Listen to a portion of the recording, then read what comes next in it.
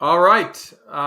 We are here live. Welcome to the Big Dan. We look forward to bringing you a lot of insight, both from entertainment standpoint in the game of basketball, and also just musings and updates from time to time. I'm joined with my dear friend and longtime basketball teammate Ned, um, the best pick setter I've ever played with on the street. But Not much else. I'll let him. Not much I'll else. let him regale you. Um, well, I don't know what there is to regale about setting picks. But yeah, so glad to be here. The new basketball podcast. Uh, I'll be adding more musings than anything, to be very clear. But hopefully that's like your speed of basketball. Doug and I love playing pickup. He played organized basketball at a higher level than I did. But the good news is because I never played at a high level, I never started to hate the game. And so I've always been playing, and I love watching basketball. It's so much fun. And the drama and news stories coming out of the sport are second to none. So there's definitely a lot to get into. And yeah, we hope you guys enjoy. Yeah, we'll definitely get into more of this as we go along. But yeah, it feels like today more than ever, there's so much access, there's so much content, right? So we're definitely looking at it a different lens.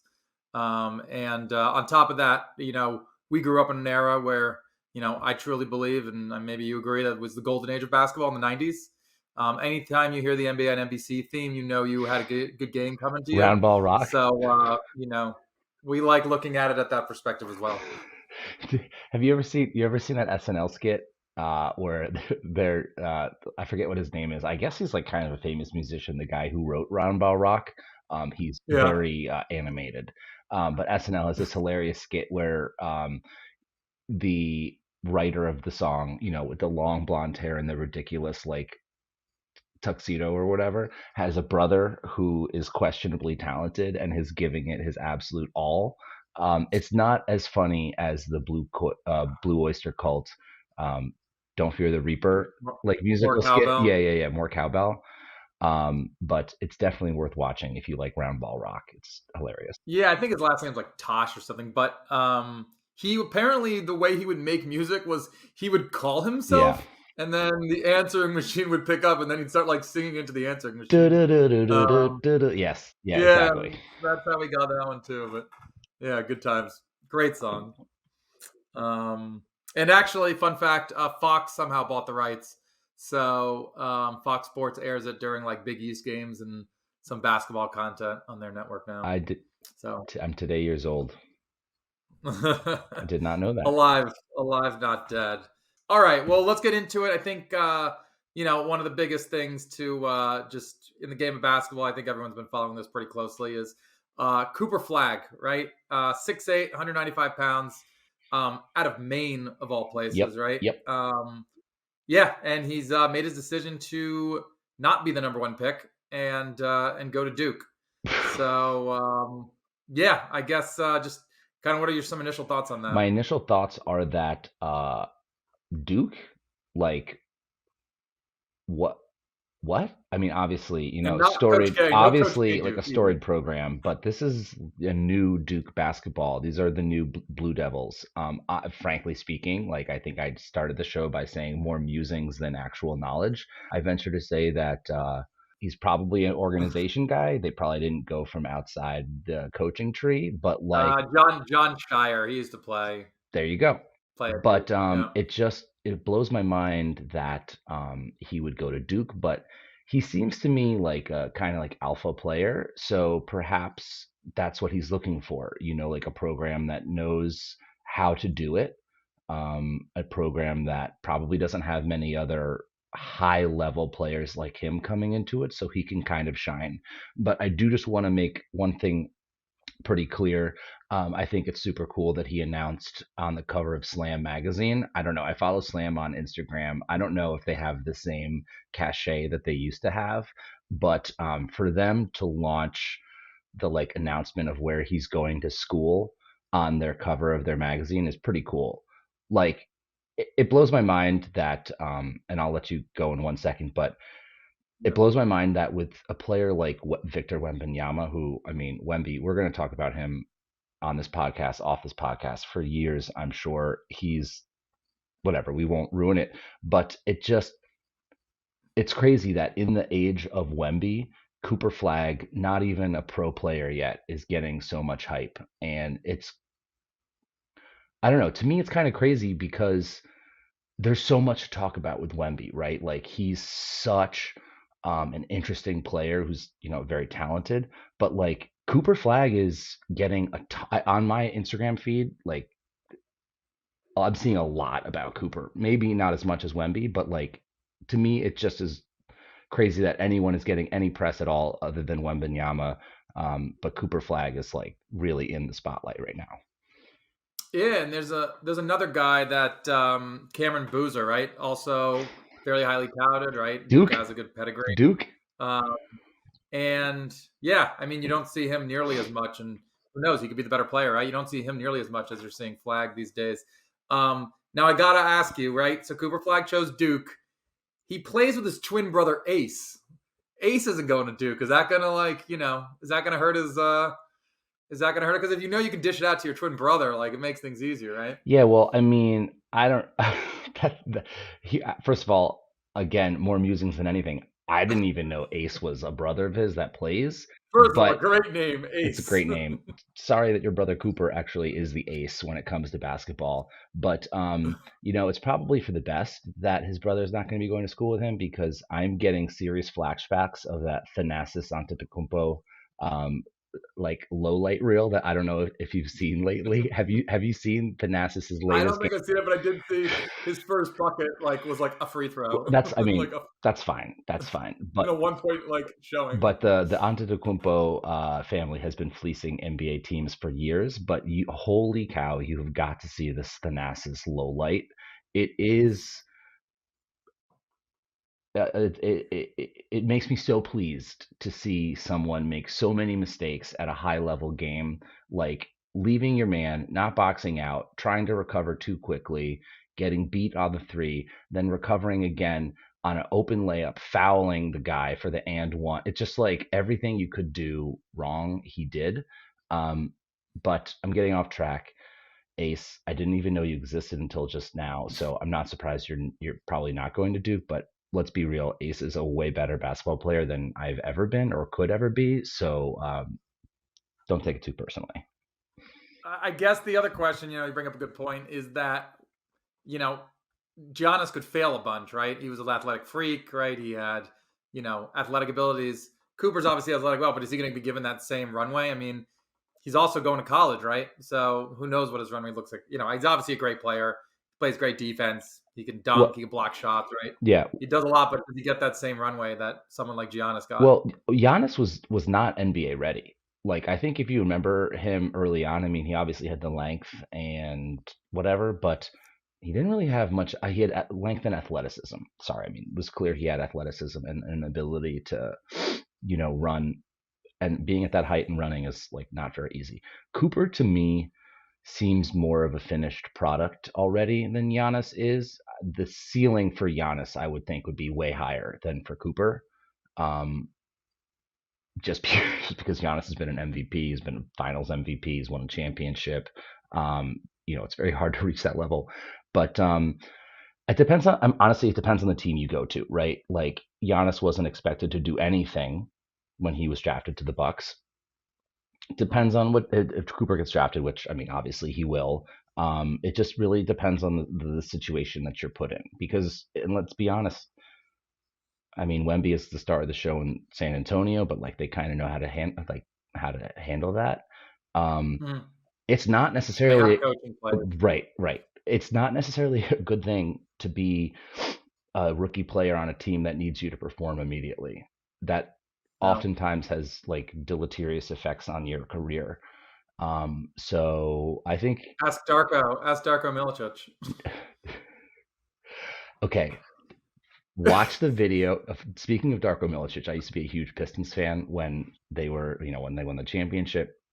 I was a fair weather fan of like any team that wasn't New York related. Obviously, I've changed my opinion very much. Go New York, go New York, go.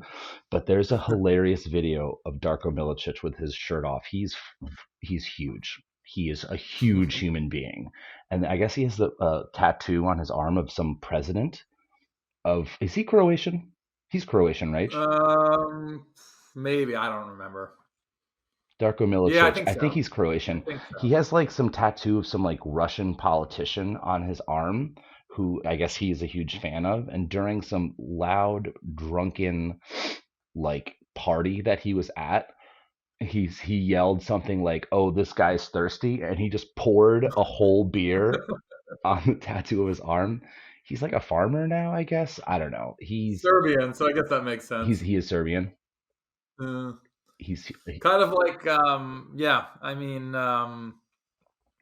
I mean, this NBA Finals MVP, right? He cares more about his horses than he does. It seems like the winning basketball, right? He's on his phone how constantly, much of that do like you think scouting is how horses. much of that do you think is like a joke? How much of that do you think is kind of like a thing, or do you think he really is? I think he really enjoys it. I think that, it's probably part of his culture. He's taking ownership of it, right? It's like, I don't know. I'm sure he really likes it. You think Jokic is one of those players who just so happens to be like super gifted at basketball, so he's like, this is how I'm going to make my living, but I'm going to live my life and do other things, or do you think like uh it's kind of like a thing that like a show? Yeah, yeah. I mean, it's a good question. I mean, I don't know. He doesn't seem to like reference. He knows obviously like past NBA players, but he doesn't really like reference them a lot. It seems like so. It makes me think Right. that like he played basketball and he's good at it, and he obviously worked really hard. It's not like he got there by Of course accident. not. But at the same time, he's not like, oh my god, this is like this game like saved my life. You know what I mean? No, no. You know what's really interesting is that one of the many things, one of the many games of basketball that can be played is 3x3, 3-on-3 basketball. And Mhm. I don't know, I have a few name drop, name drop. I have a few friends who play, or like acquaintances, friends who play for the national team for Team USA, Mhm. and so I kind of watch that particular brand of basketball a little bit more than most people. But like the Serbian team for 3x3 is the best in the world. And I mean, that sounds crazy. Now it's Jimmer Fredette, um, who's just like lights out from three, and threes matter way more in 3-on-3, like 3x3, than they do in the NBA because it's ones and twos versus twos and threes. And by the way, we can get into this about how a pickup game should be scored because I could go on for hours about this. But in 3x3, they play the wrong way in terms of keeping score. So it's ones and twos. So a two is worth twice as much as a one. I know that that's simple math, but when it comes to basketball, that really makes a huge difference. But my Yep. point is, we are talking about Jokic. Actually, we're talking about Cooper Flagg, but I'll just finish my point so we can get back to Coop. Jokic grew up playing 3-on-3 basketball. That is the sport that he learned and watched as a kid. So I'm sure that if you were to ask him about some good 3-on-3 players, he would be able to tell you about them. But I Mhm. feel like the game that he kind of watched as a kid wasn't so much like NBA 5-on-5. I'm sure he watched NBA games. Don't get me wrong, or like international games. But I remember he was asked in an interview once about um, like I think like what kind of basketball did you watch or something, and he was talking about 3x3. Um, yeah, so the Bullet is this guy Bullet Bulut is like I think he's getting a little bit older now, and he may have retired. I think his name is Dusan Bullet. Um, he was like the fucking Kobe. He was like the Kobe of 3x3 basketball. Yeah, and it's also a game that, like like you said, if you grow up playing 3-on-3, you're forced to do a lot more, and I think it shows in his game, right? You pass, you shoot, right? You're not just a big man that stays in the paint, Right, right? Or you're right, playing 5 or you're a point guard that only handles the ball. right. So yeah, no, definitely. On to the next segment. Cooper Flag, you still taking him number one, I am because or I you don't think know of he anyone still be else. number No, one He's the number one pick. He's the number one pick right now. even after a season at Duke?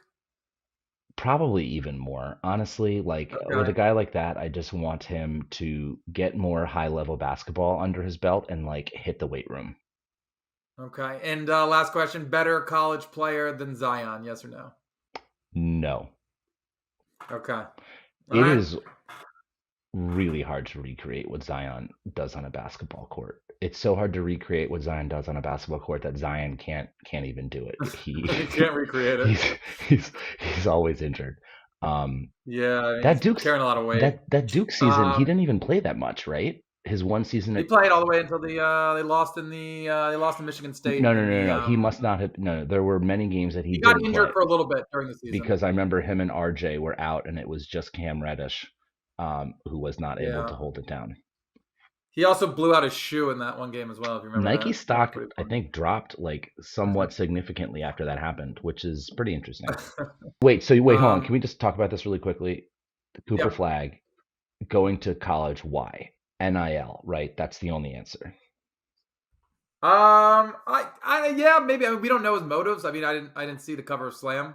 Maybe they dove into the article there, but he, you could argue that, hey, going to college is inexperienced to, help yourself grow, right? It's easy to just jump right into the NBA and kind I of mean, get lost in it. for us, yes, but for like professional athletes, I don't think they need that. Also, maybe he's just like watching some Blazers and Wizards games right now, and he's like, like this is not what I want to do. Like, I want some pick swap, like before I enter the draft, right? So, He doesn't want, or maybe the NBA, like, they told him, hey, like this lottery, Cleveland's gonna win it again, so like you might want to like hang low for a season and then like get to maybe I a mean, better if mark. you're telling me that I am a highly touted pick coming into the NBA and that Cleveland is going to be possibly a team drafting me, that excites me. That excites me for one reason and one reason only. Are you ready for this? You're not ready for this. Yeah, why is that? This is the deep dive. Nobody this takes is the deep family dive. on vacation for Cleveland. Did you know that Cleveland has the #1 ranked day club / nightclub in the United States of America? I bet you didn't know that. I did not. What's the name of it? I don't remember, but I do. But I do know. Sounds par for Cleveland. No. But like, apparently, it's this like amazing venue. They're only open during the summer. It's huge, and they have like DJs, like big name DJs, have residences in Cleveland, which I know is. Is it called FWD? Yeah. Day and Yes. Nightclub? Yes. It is. Okay. It is, and that's really funny to me because by far and away my favorite quote from an NBA player of all time is the Joakim Noah Cleveland rant that he goes on. Yep. I must have seen that 100 times. Joe happens to be one of my favorite players because all he does is flap his gums, which is all I've ever been able to do, and I love talking ish on the court. Hey, on this podcast, we love a good glue guy. That's what he was. He did it in Florida. He did it on the Bulls. Twice. He did it at Florida twice, right? They won 2 championships. Yep. Back to back. But yeah, which is extremely rare.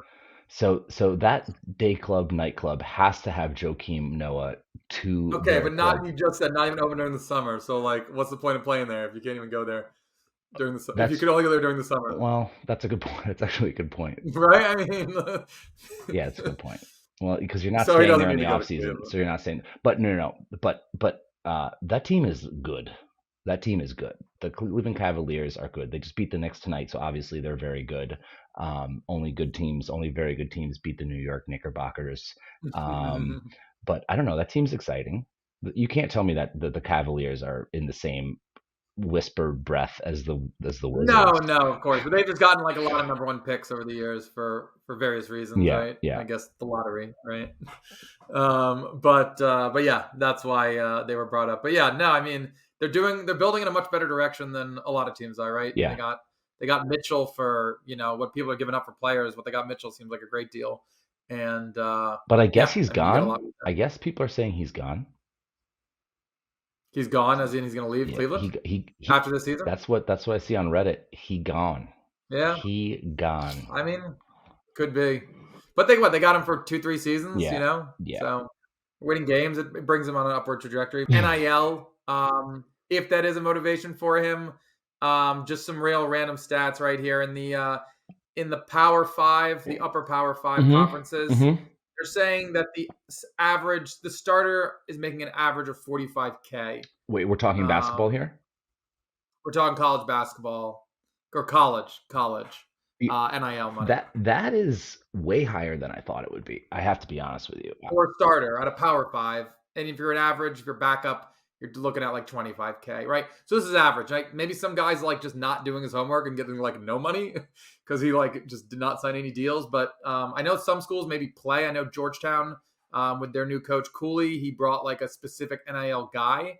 So I know big money transfers in the top 10. I think this is maybe more football, but in the top 10, they're saying 500K for a top 10 guy, So who is paying? So who's 250K for a top 25 guy, and 125K for a top 50 guy. But again, that's like a top big money transfer. could you hit me those numbers one more time?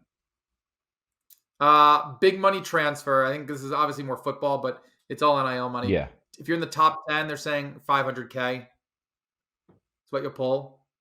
Top 25, 250K, and top 50 player, 125K. So those are sponsorship deals from companies, or are those just I think the literally boosters are like boosters? Are paying. those I literally don't. just Again, boosters it's being all like, very here murky, you right? go? I don't think anyone knows exactly what the details are, It, and like we're still figuring it out, right? But I think like boosters who support the club, some rich guy who loves, University of Miami football, yeah. he'll toss in, a donation of 200K that will, a lot of it will head towards the player to get him to come. So it just literally means you can legally get paid to play football. It doesn't You mean can that find ways. Yeah, yeah, you can. You don't have to do like a used motors like commercials to get the money. got it. Like Okay. like where your job's your credit or something. Like you don't need that. You can you can find other ways to get them the money. That's Or like hilarious. I remember there was one story a couple years back, like some like university of I forget who it was. I think it was like some Texas school. They like paid the football players to do like yard work or something. And again, like yeah, you can I guess find ways around it. But they have these schools now have coaches focused on NIL, As they should. and who knows, maybe that's what convinced Cooper Flagg to say, hey, I'll go to Duke for a year, I'll take the 200K, whatever, and maybe I'll grow as a player. If you're a program that doesn't have someone like that, you're doing it wrong. You're absolutely doing it wrong because everyone wants to get paid, right? Yeah, These players yeah, all want to get paid. And yeah. no time like the present.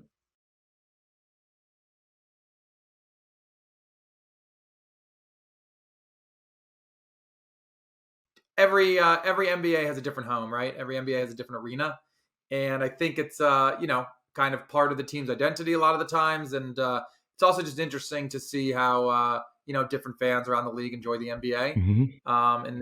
in their home start. So we wanted to kind of go through every stadium and kind of take a look at a spotlight. Tonight we're going to be looking at Capital One, as our friend Stephen A would say, the damn Washington Wizards home, but.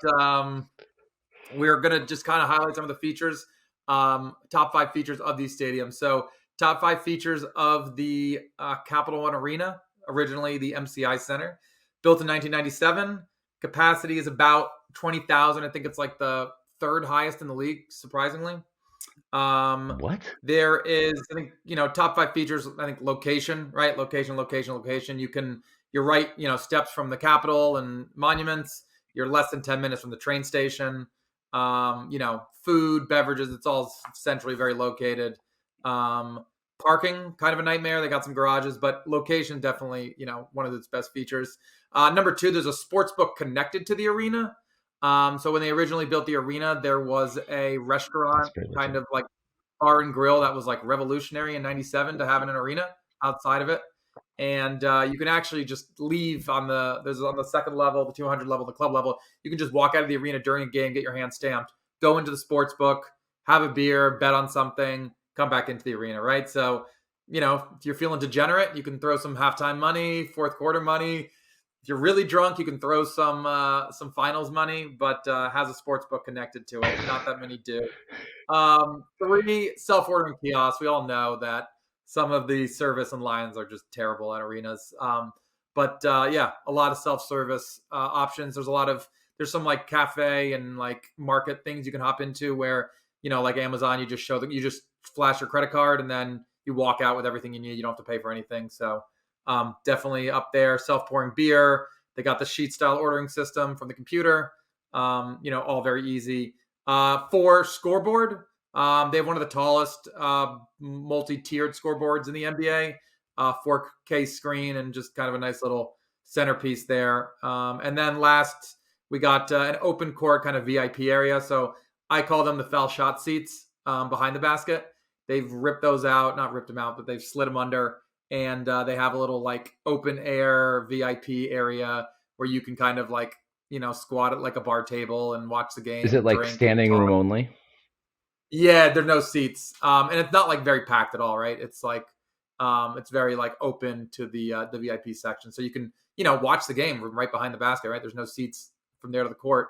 But yeah, those are some of the top 5 features. So yeah, anything about those features that So many things. strikes a note with you? So many things. One, are you saying that Sheets is actually in the Capital One Theater, or is that just No, no, Sheets they would never. style ordering? Sheet style, right? They were like, in PA, they were very big Oh, on the computer ordering. we went. So like someone you order and then like someone hands you the food. We went to, for Um, those of you who are tuning in, we went to Gettysburg College in Pennsylvania, and the one place that was open late night was Sheets gas station food, but it's so much more than a gas station.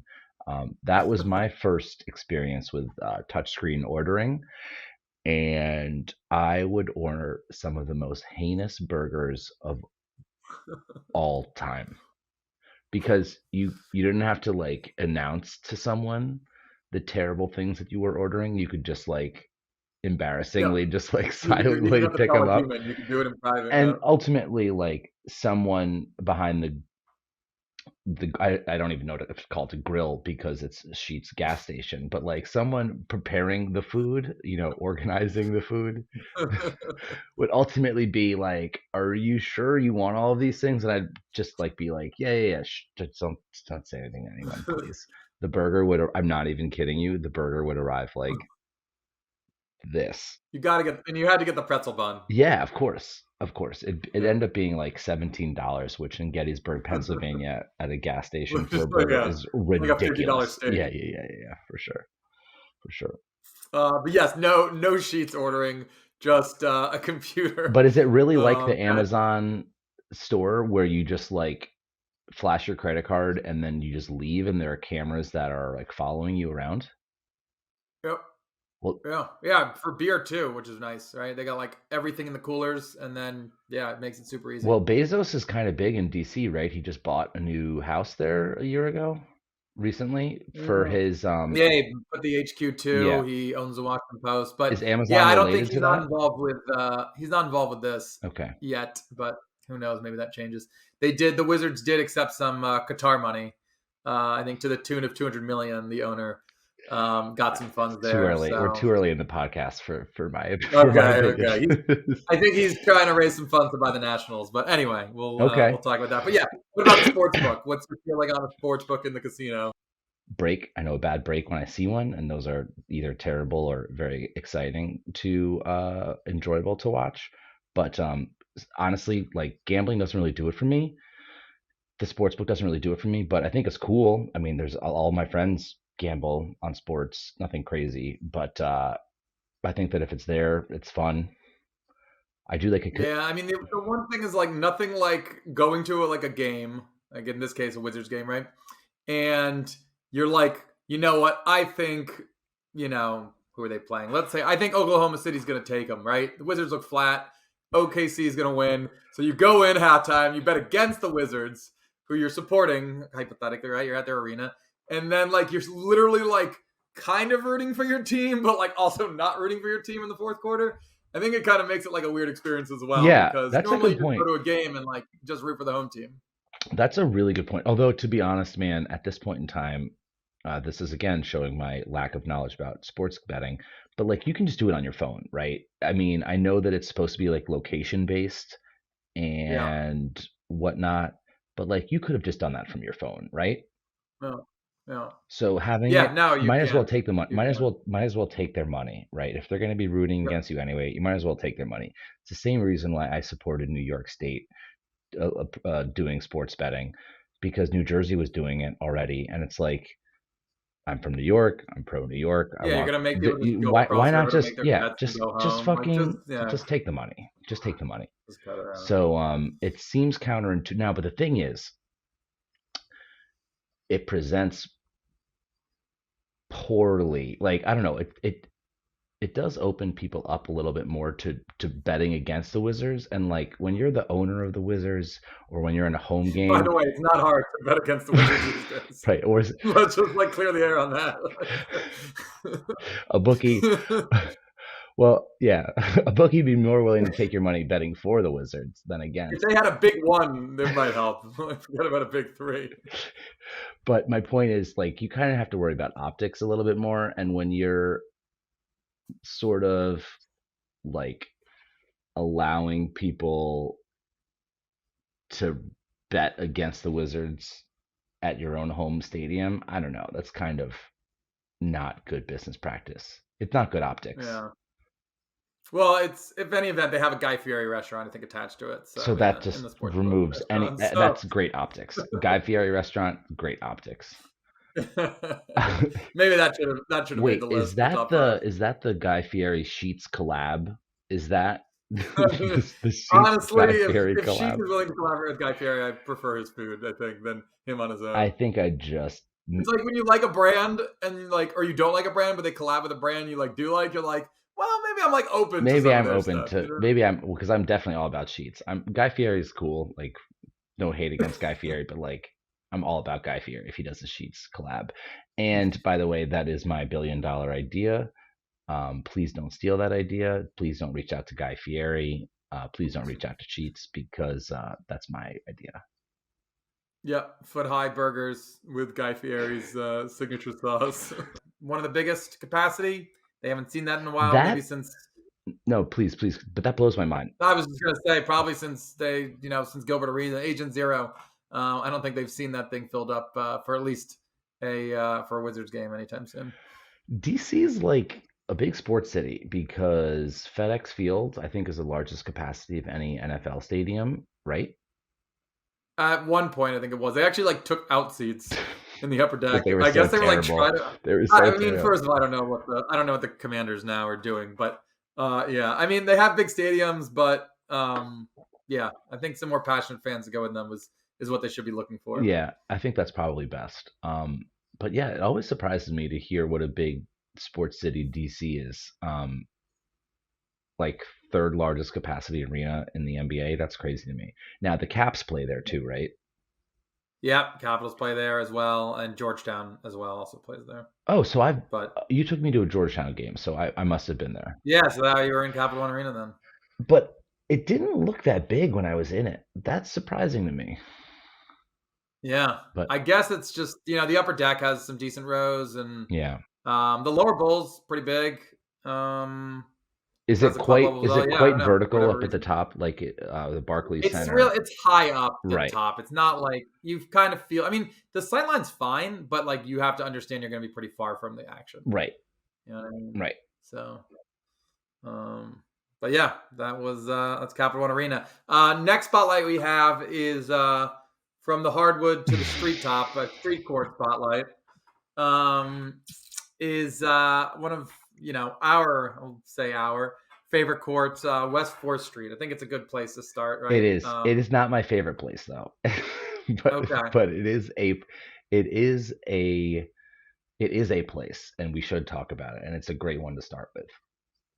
So highlights of West 4th Streets. Always people watching a game. So West 4th Street, just a rundown of some key features. Always people watching, whether it's a big crowd or small crowd. There's usually someone walking by, someone hanging on the fence, someone watching. And at any point in time at that court, something could break out, right? Someone could show up. There could be, renewed interest from someone walking by. There's always something that could happen there. Urban legends, right? There's some locals that played there for years and have their own flair, have their own style. I kind of liken them to NBA street characters. Mm-hmm. So their own unique, yeah, exactly, their own unique style, and it's not just about trying to score points, right? It's also trying to score points with some style points thrown in as well. Yeah. A unique court, nice layout. It's not your traditional court. It's got some small edges. It has I think the 3-point lines are cut off maybe on the sides as I recall. Mm-hmm. And it kind of goes right up to the cage. So has its own kind of unique set of rules with that as well. And yeah, just from a visitor perspective, not playing but watching, it's a fun place where you can just like kind of pop in and watch a game on the fence. You don't have to like walk into the court and like find a spot on the side. You can just be walking by and just, you know, see what's going on. It's not like awkward at all. And it's, you know, it's always encouraged. And I know the people who are playing always like to see, you know, someone show up. That's 4. Do you want me to add a 5th? Yeah, well, you could just add. I didn't do a top. I just did Okay, like okay. a list. So, But yeah, I guess we could say top five features of West 4th Street. okay. I will add a 5th, and that is it is an enjoyable game of basketball to watch. Like if you're in the neighborhood and you're just walking by and you want to watch something entertaining, it's not just like easy to watch it. What you're watching is like among the most entertaining basketball that you can find. Now, does that mean it is the highest level of basketball that you can watch? Does that mean it is the cleanest game of basketball to watch? Absolutely not. It does not mean that. It is such an ugly game. It is so physical, and there's so much talking, and there's so much shit talking, and there's so much ISO ball. And I mean, it's like New York City pickup basketball in a nutshell. It is energetic though. And yeah, I mean, truthfully, dude, I'm not going to tell you that I've played there a lot because I haven't played there a lot, and Played there a decent amount of times. hopefully we get to a point where there are lots of people watching our show, and one of those people may be a regular at West Fourth basketball court, and they would say, "I've never seen that mother effer in my life. Like, what is he talking about?" But I've played there more. Well, they missed SantaCon. They missed SantaCon 20, Yeah, 2015 yeah. then. No, but like I've played pickup there a number of times, not a lot, to be clear, a number of times, and every time I go there, I come into it with one mindset and one mindset only. This is going to be like really ugly. There's going to be a lot of people like who are fouling and hacking and like, but you know what? Just like get ready for some bully basketball, which is honestly like one of the things that I excel at, bully basketball. And just, I don't know. Sometimes you just want to like walk into the fire a little bit, right? Sometimes it's nice to just Yeah. kind of be like, all right, I'm going to go into a situation which is like a little bit difficult. It's fun for me. Like I'm going to go into this like ready to like get my ass kicked, kick my ass, like kick some ass. And, but like, I know what I'm getting into and it's going to be a little bit fun. Um, and that's, if you're ever playing at West Fourth, like that's kind of what you have to get ready for. The court, as Doug was mentioning, is very small. I think the term he used was it's a nice layout. I would not call it a nice layout. I think it's a terrible, shitty layout. But that's one of the things that makes the game at that court so different, so fun. It's certainly its own style of basketball. Yep. I don't know. It's like, yeah, I mean, it's not like getting ready for war because like there's some serious things going on in the world, but like as far as basketball is concerned, pickup basketball in New York City, it's like as close to that as you can get.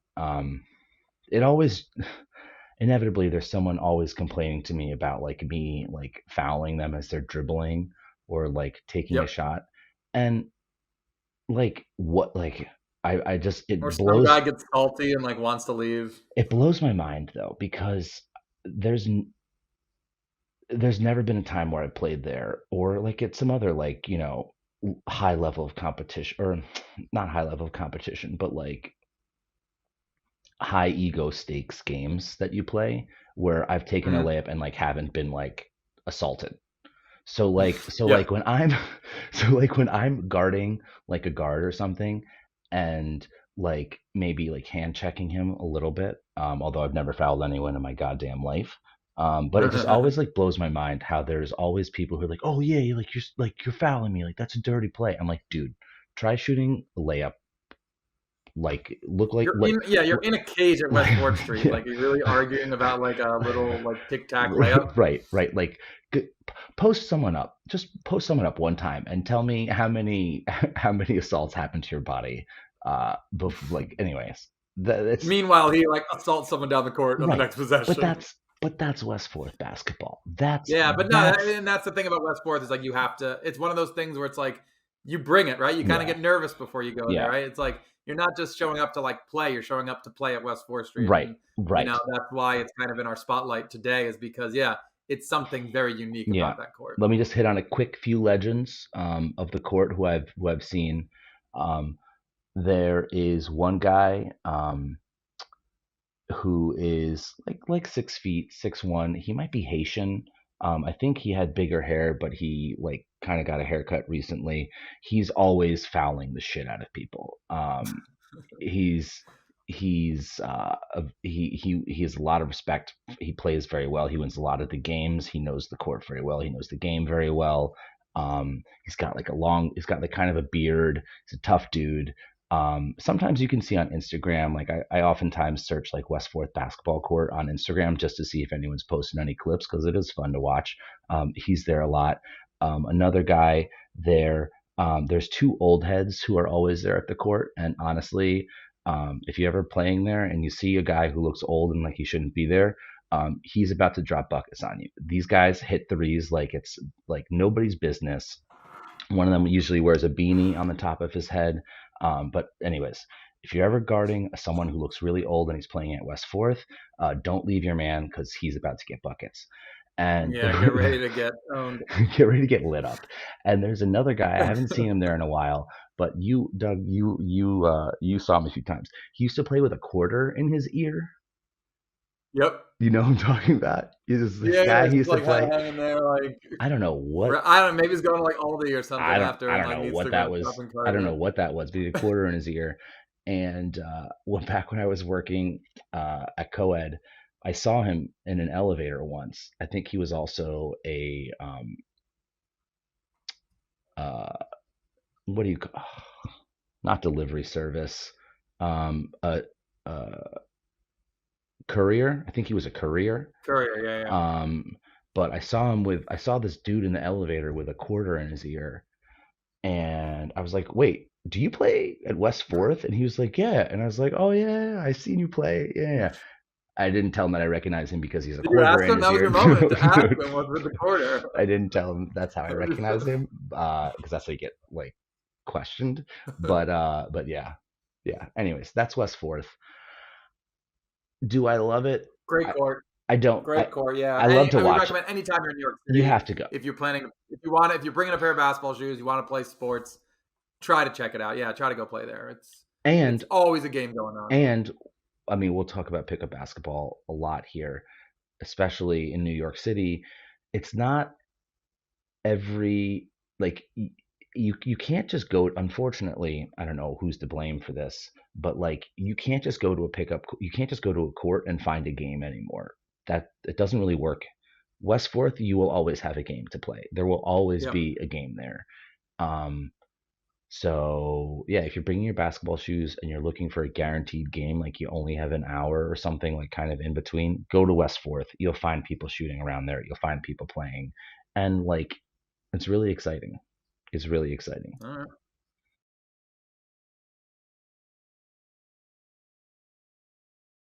The reaction of Terrence Mann's face. Terrence Mann did not look excited to see James Harden, but I got to be honest with you, watching that video was very uncomfortable for a lot of different reasons. It was pretty clear to Mhm. me that every player knew that they were being recorded, so they weren't Mhm.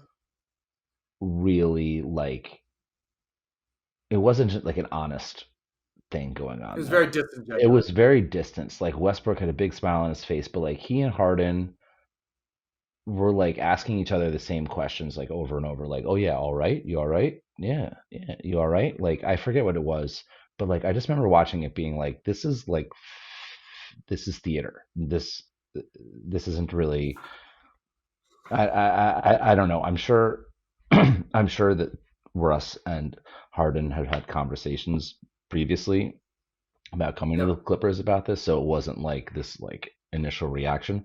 Plus, like Russ really is not going to be on the court at the same time as James Harden is. Like, is Russ a six man? Is he a start? I mean, honestly, is he a starter? No, right? He's not starting.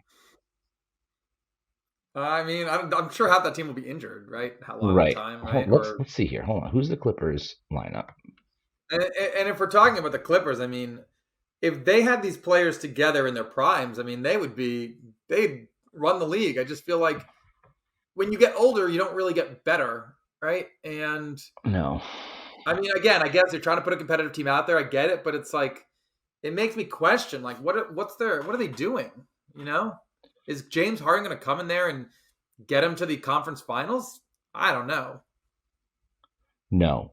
But this team in NBA 2K24 will be the number one most picked team by far because you can ISO with Harden, you can ISO with Paul George, you can ISO with Kawhi. Um, I'm forgetting someone else on their team who's like very talented. Um, Zubik, it's not can you Zubac. do a little some hook shots? It's not Zubac. But like, yeah, this team has got to be one of the better NBA 2K like video game teams of all time. Yeah, The Nets, yeah. I mean, they got all the players. That's for sure. the Nets from 2 years ago when they had KD and Kyrie and Harden was on that list also. Yeah, Um, because in 2K your stamina doesn't really matter, which is so stupid. Like when you have um when you have like Bam Adebayo playing the whole game and never subbing him out, you know the game is yeah. broken. Um, so like you never like the Nets had no depth that year. The Clippers have a like good depth, less now, but you never have to sub these players out. That's you just call it timeout, and their stamina goes back up, and then even when it's low, it doesn't really matter. These Clippers are going to be a highly picked team in NBA 2K24. And it also begs the question. I mean, like, are the real Clippers like? Why are they putting together like a video game team? You know what I mean? Like, again, they're trying to win. Their windows not getting any more open, right? Yeah, So I get, you make a move. I didn't think they needed to give up picks, but they did. They gave away a lot of expiring contracts. So if they wanted to sign a free agent, they're giving up some opportunity with that. Um, yeah, I don't know. I'm not sure. Maybe they just want to be decent by the time the new arena opens up, so they, have fans in the seats. I don't know, but I think that's a I big. don't know. I don't love this move from a basketball perspective. At the same time, though, devil's advocate, you were talking about the Clippers are always getting injured, but like, okay, so they get injured, but now they have another guy, right? So now if Kawhi goes down or is like sitting for a game because like he stubbed his toe, or like Paul George, who is a beast, by the way. Still great, yeah. I always forget about how good he is, and then I'll watch a playoff game where Kawhi is not playing, and I'll be like, "Holy shit, Paul George just put up like 40 points and was like really impressive." He's someone who flies under my radar, I think, far too often. But my point is, okay, so I mean, they've played together. I don't know the statistic, but a very few number of games. But now hmm you have James Harden, who can come in and be like 1C or 1B, or God forbid he has to be 1A, but like he can Well, come based in, on shot total, it might be 1A. right? But like he can come in and like be that second guy to them. So I don't know. I mean, like it's still a guard wing dominated sport, right? There are very few bigs that can really sway the game one way or another. And the ones who hmm can do it because they can shoot the three and they can cut and they can And they like do all the spread dirty they work can as spread well. they can Yeah. spread the floor, or like they have great vision. But it all stems from like being able to spread the floor, to shoot a three if you're open, or to drive and kick, right? That's the NBA Mhm. today. So if you have another guy who can do that, maybe not drive and kick anymore, maybe like step back, but I don't know. I probably wouldn't have pulled the trigger, but like when you have James Harden saying he wants to come and like he's motivated, I can And you don't see have a lot of other I can options, see right? why you pull the trigger. Take a gamble. Yeah. Yeah, I mean, I think the other thing too was something about this team, and again, maybe it's just my opinion, but Kawhi Leonard is a great player.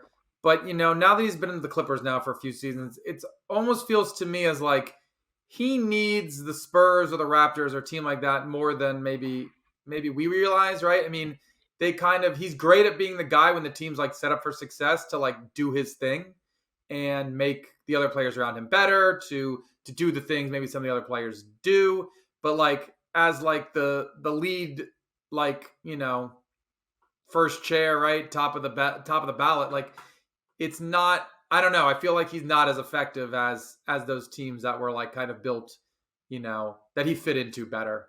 I don't know. I don't know what your thoughts are on that, but it's like I feel like we're not getting the Kawhi we should be getting at Well, all. the Kawhi we should be getting, eyeball test. When I watch Kawhi Leonard play playoff basketball, I think to myself, I don't know if I've seen anyone who is more talented at basketball than Kawhi Leonard. He Yeah. is so good. He is so good. He's so strong. When he shoots his like post up fadeaways, his threes are line drives. They hit the back of the rim every single time and they go in. Um, Yeah. when he's in the post or like mid range jump shot, no one is stopping him. No one is Mhm. stopping him. So I'm just kind of like, again, this is all eyeball tests. I don't really know what his stats are. And you may very well could be right about like his success, but like when I'm watching Kawhi Leonard in a game that matters and the game is coming to like down the line, that dude is impossible to stop. That's like my Yeah. takeaway from Kawhi. Like like when he's playing at his best, he may be the best. He has a very good argument for being the best basketball player in the NBA when he's healthy and playing. Hmm. Hmm. Like if I had to Yeah. draft a team and I had And that's him, why I kind of say it is maybe we'd be talking about that more if maybe he was on another team with some other guys around him that played a different style. yeah, but like I think that the Clippers are great for him because Paul George is like pretty consistent when he's playing. That's a bucket. And Kawhi, you don't really need to like run an offense for him. He can just kind of like get his own stuff, you know. Yeah.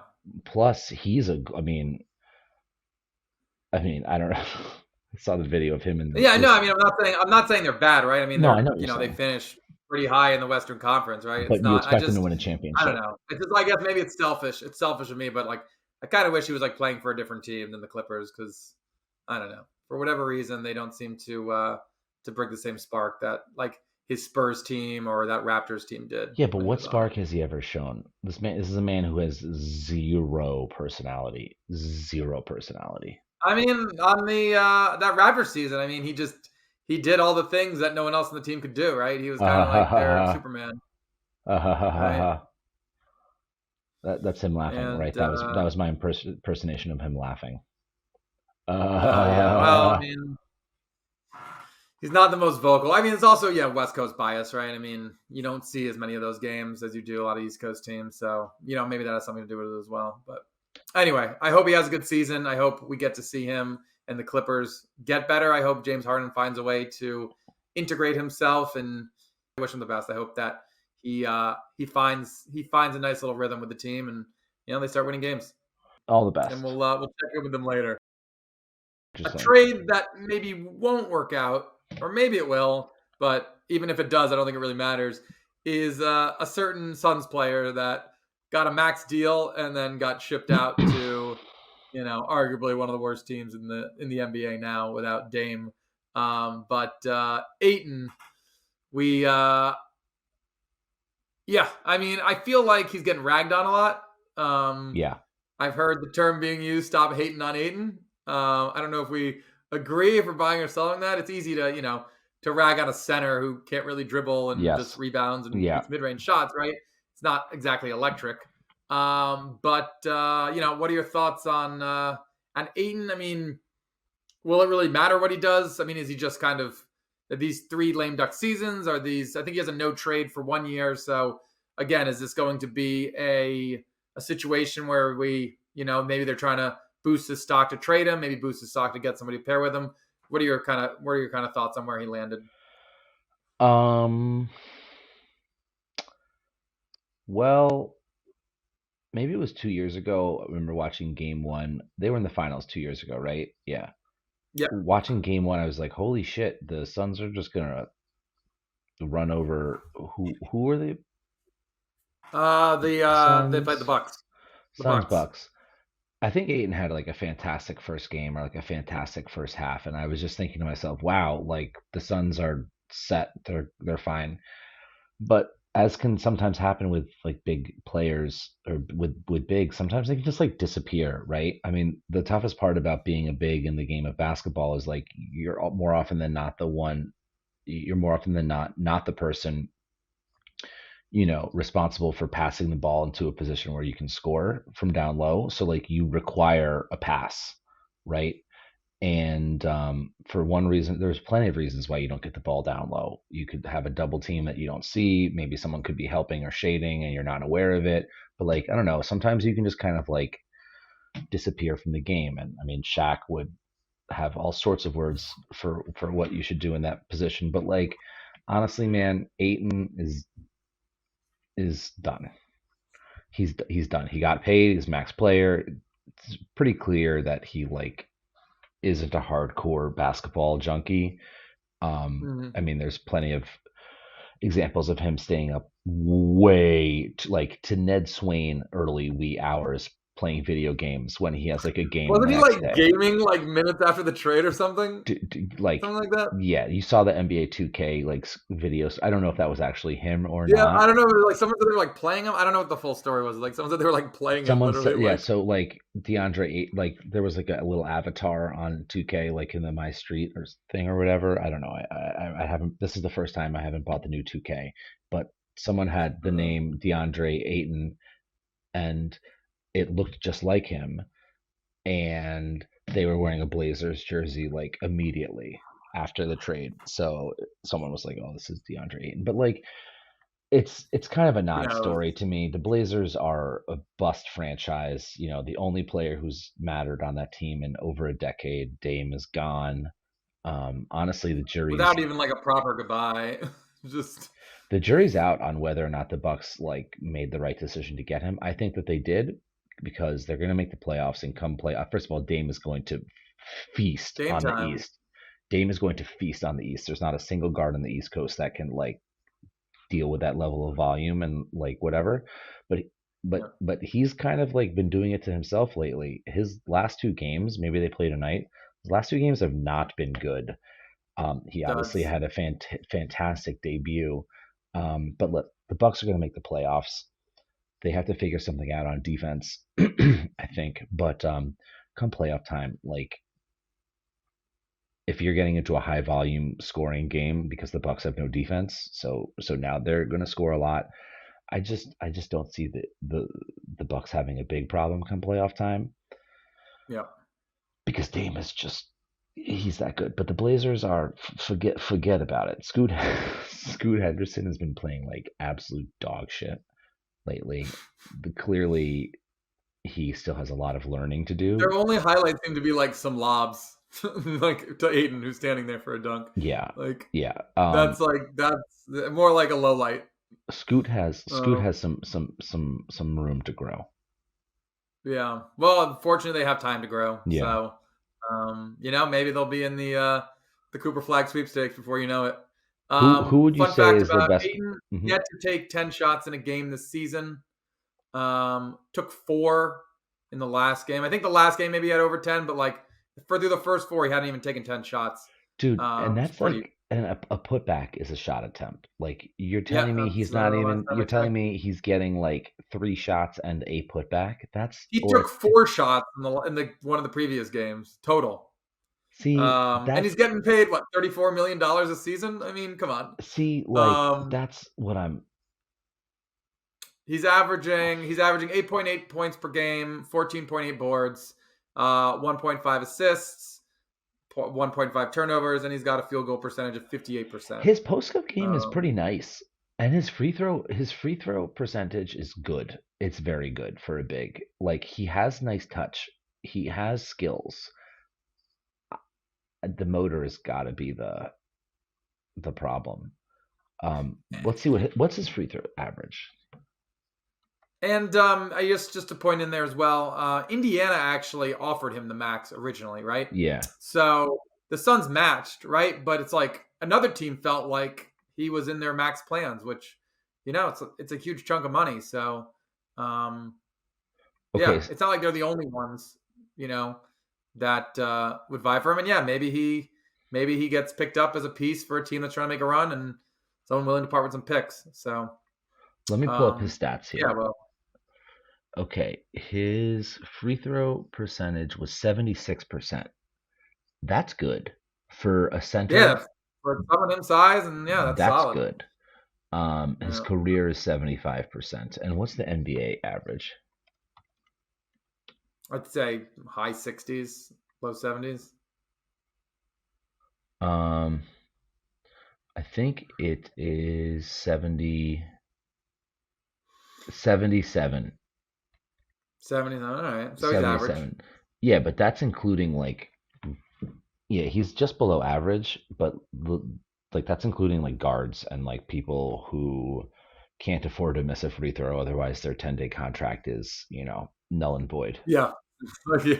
Yeah, no, definitely. But so are we buying, selling, stop hating on Ayton, or it's we're gonna hate on him until he does No, something? I mean, I'm not going to hate on him. Because the man He's not worth is he's not not worth worth it. your time to hate on Yeah, in Portland. Got yeah, it. he's a forgettable player, truthfully. Um, He's not worth hating on. Got it. no, but I saw him playing pretty well in the FIBA World Cup. Like the Bahamas Yeah, put on like they put some noise out there. yeah, that's a good point. It was Aiton. It was on the speaking of the Indiana Pacers, what's his face? Who's the 3-point shooting Buddy Hield, Yeah, and um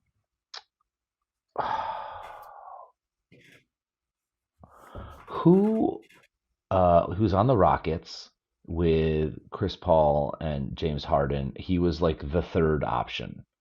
Really good 3-point shooter. Um, Trevor Ariza, no, no. Like shorter. PJ Tucker. No, it's the other guy. It's not PJ Tucker. It's the other guy who sort of looks like PJ Tucker. But Oh, yeah, the guy from Indiana. What's his name? I know you're talking about.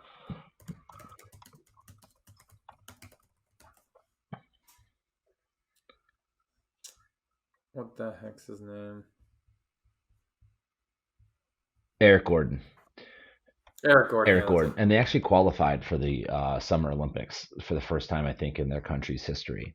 So, I mean, Yeah. like, I saw him play, and Lafiba's, I mean, it's not a joke, especially as a big. I think it's harder to be a big in FIBA because there's no 3-point violation, I think, or 3-second violation, right? You can play zone defense. Yeah. And So, there's a lot of physicality and banging. yeah, It's less like kind of that quickness to the spot. yeah. So yeah, So maybe anyways, that my benefits him. point is I'm not gonna hate.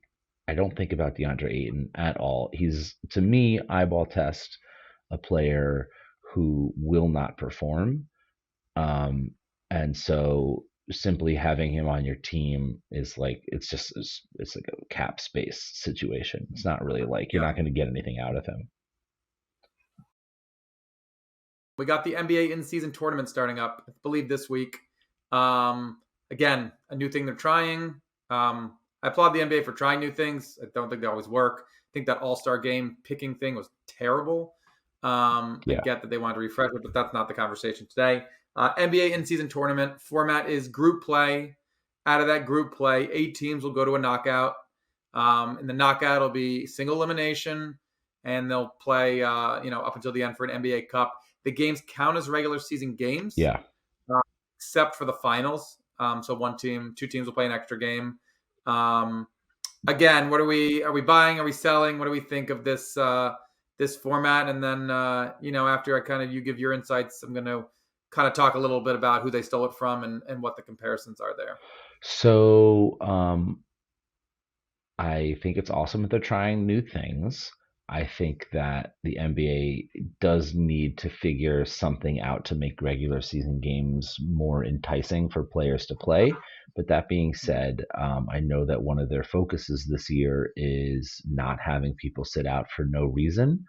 So perhaps the in-season tournament isn't really needed, but the NBA does a lot of things at the beginning of the season, and they kind of like ease up on the rules and regulations or like focuses of the refs as the season wears on. So we'll see. But Mhm. currently, I've seen Zion play more basketball games than I've seen him play in a long time. So maybe that rule is taking effect. But I think the NBA is doing a has done a very good job of making the in-season tournament work without disrupting players' schedules Mhm. too much.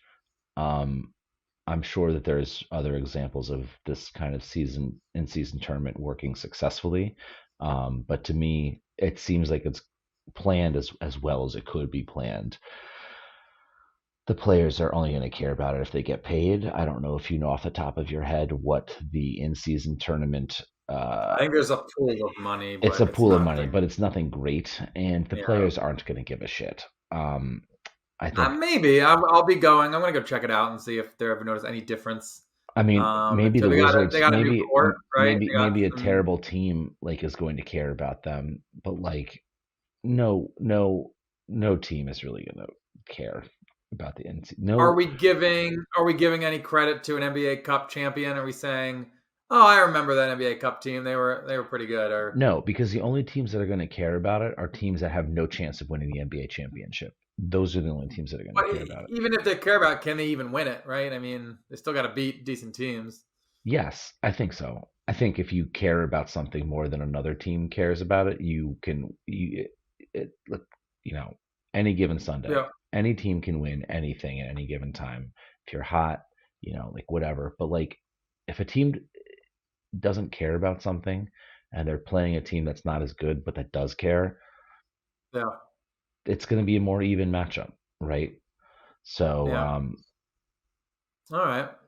Well, we'll see. What do you will the champion be a top, let's say, top in the top three of the respective conferences, or will it fall outside? Are you taking the top six teams in the NBA, top three from the East, top three from the West, being a champion? I think the championship team will be a top six team in the NBA. Yes, Top but six team a in the top NBA. six team in the NBA doesn't mean that they have a good chance to win a championship. Okay. And then I guess I'll compare it to, right. We all know where this came from, right? There's been a lot of watching of soccer on the rise, and a lot of the soccer leagues incorporate this tournament into their schedule, right? It's something that gives an opportunity for other teams to win a cup that maybe wouldn't be able to win the league, certainly. So it opens up different avenues. It's gives different games, gives another finals, right? So I can understand where we're going. I think that some of the big key differences I feel like though are number one. I'll start off with the fact that the Premier League teams that are in it, they don't even play their A team until it's the semifinals anyway, right? So if they get there, great. We'll play our good players, but like they're not. They're just kind of hoping players don't get injured Right. or it gives development to players that maybe normally wouldn't, Oh, get on the first team. So that's one thing. Another thing is what's cool about, the FA Cup that they do is it allows all the teams from England to qualify, right? So if you're a small club, if you're another team, you can play in that tournament and play yourself up to the finals, hypothetically, if you're good enough, right? So yeah, the better teams will always right. win, but Right.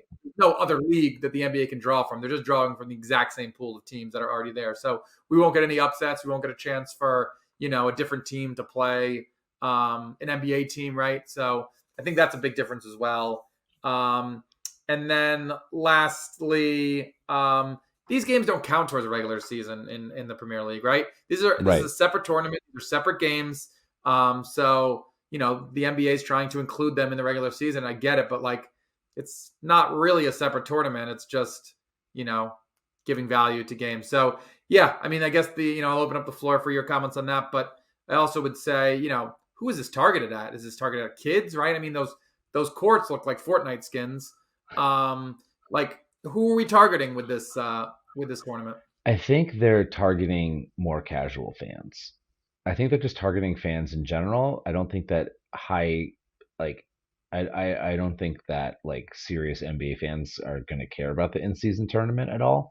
I think they're targeting fans overall, but more of like a casual fan who's like, "Oh, honey, did you hear about the like in-season tournament?" I don't know. Like there can be a lot of wins for the NBA on this. There can be a lot of wins, like a home court, like attendance might be up higher because it's like in season, like it's a separate thing. But like the NBA is just trying to combat players taking games off because they're fatigued and they don't want to get hurt and they only care about the playoffs, right? The only way that they could do this, there's no way they could ever add another game to the schedule, let alone a whole tournament's worth. The only way they'd Mhm. ever be able to do this and keep the players from like rioting is with this in-season tournament, with the games just being like part of the regular season. It's just that the games matter for the regular season and they matter for something else. Um, so look, I mean, like we'll see what happens. I'm not holding my breath that it'll be anything spectacular, but it's happening. Better than no, it's better than It's nothing, right? better. I think. It's better than it. Yeah. Honestly, it's better than it not happening. Yep. Right? It just And it gives. could grow into time, right? It's going to take time, right? Right. Um, Right. so yeah, you got to give it a chance. And yeah, like I said, a lot of places would never try something like this, right? So the fact that the NBA's willing to give it a shot, seeing what happens with it, Yeah. um, yeah, I mean, I commend them on that. But the point is, they're trying to get smaller. This is really a boon for smaller market, non-championship contender teams to like kind of have a run at something. That's Yeah, that's I what this mean, is for. I want to see the teams that don't make the playoffs battle it out in a tournament for like a draft pick or something. Like that's what I want to see. Because like when those teams that are not good have to play for something, like I don't know, I think they'll be more interesting to watch. But I don't think we're going to see that anytime soon. Maybe this is the closest we'll get. Maybe the winner of the in-season tournament gets to give one of their players Wemby arms for 2 minutes a quarter. Rent Wemby arms for a week. Yeah. Maybe just 2 minutes a quarter, one of your players, and you probably want to give it to your bench, like your backup center. You give them Yeah. Wemby arms for 2 minutes a quarter, and um, yeah, you can't once you're wearing the Wemby arms, you can't take them off for 2 minutes. So like shooting for the center is like not really allowed. How you gonna pee with that thing on with those with those Well, Wemby no one's arms? peeing during their time on the court anyway. I don't think. I don't know. I watch a lot of basketball. I've never seen that happen. I've seen players shit themselves and then get carried off the court before. That's happened in a wheelchair. Oh, that was pretty epic. So yeah, I mean, well, let's get you on the record. Who do you think is going to win the in-season tournament? The NBA Cup will be hoisted by who? The Oklahoma City Thunder. Oklahoma City Thunder. Okay, I am gonna go with. I'm gonna say the Boston Celtics. Not because I like them, but they're usually in these things, right? They're a competitive team. They're well coached, and I don't know. I could see them being an NBA Cup champion. Who? Also, just to note too, semifinals and finals all played in Vegas, so a little Yes. bit of a different thing. So that should be interesting as well. Final notes before we get out of here. Rest in peace, Bob Knight. I Yes. think that he was, he's been out of the spotlight, but like he really changed the game in a lot of ways, right? A lot of his players, you know, went on to the NBA, and he definitely left a footprint on the league. And obviously sad to see him go. So rest in peace, Bobby Knight. And Kind of impressive that he lasted that long, right? Considering his high blood pressure, how high his blood pressure must have been. Like, they kicked him out. He'd probably still be coaching. yeah, no, but I'm saying like how long he lived. Like, Yeah. Oh yeah. I don't know. Usually, like people with stress, like Maybe that's how he got it out. right. There's some people where it's just Yelling like, and yeah, apparently like yeah, physically shaking kids. yeah. But but one of the greats no, for sure. I mean that chair throw will. I mean that'll never be replicated. That is just an epic. Like At that time too, it was probably even crazier because like Yeah, that just didn't happen. did not happen. Did not happen. But I'm yeah. Rest in peace. Rest in peace, Bobby. all right. Before we go, I just wanted to say we look forward to meeting again and bringing you some of the musings of us. You can follow us on social media. You can check the links, and we look forward to seeing you soon. And yeah, look forward to bringing some outside perspective in the game of basketball, and looking to grow with you on this journey. So I will take it away, and we'll be back with you soon.